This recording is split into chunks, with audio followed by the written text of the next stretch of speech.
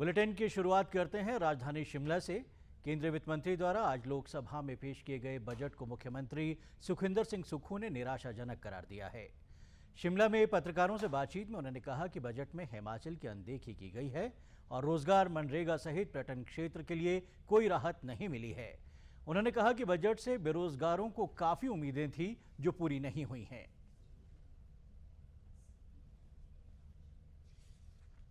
जो केंद्रीय बजट आया है, मैं कह सकता हूं कि एक रस्म अदायगी वाला बजट है।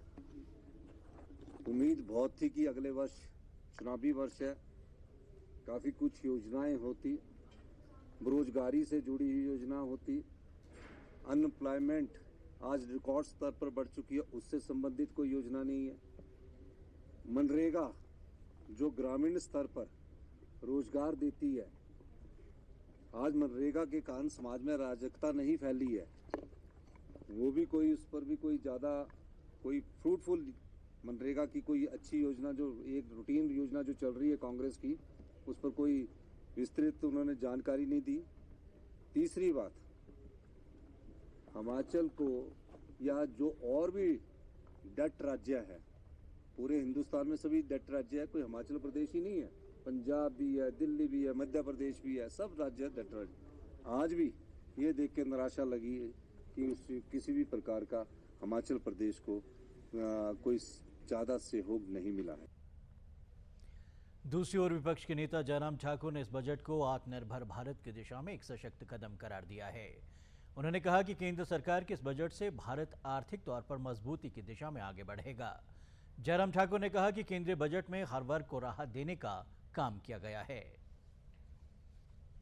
ये बजट चुनाव अगले साल लोकसभा का चुनाव होगा 2024 में, और 2024 के पहले का ये पूर्ण बजट के रूप में ये बजट अभी प्रस्तुत हुआ है।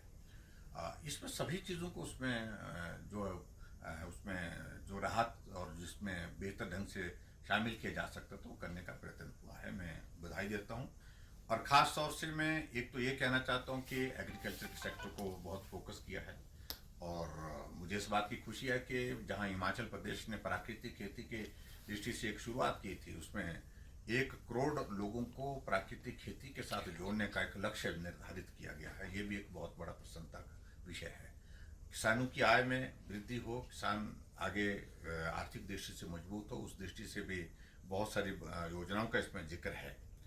और दूसरी बात, जो एक चीज खास तौर से इसमें जो ग्रीन ग्रोथ के रूप में इसमें कही गई है, वो एक बहुत महत्वपूर्ण एक पार्ट है। मुझे लगता है कि उस दृष्टि से पूरे देश भर में जो बिल्कुल फोकस है कि हमारा डेवलपमेंट का मॉडल होना क्या चाहिए, उस पर प्रधानमंत्री जी ने काम करते हुए आगे बढ़ करके काम किया है। प्रदेश भाजपा के पूर्व अध्यक्ष सतपाल सिंह सत्ती ने कहा कि यह बजट देश को विकास के पथ पर ले जाने वाला है।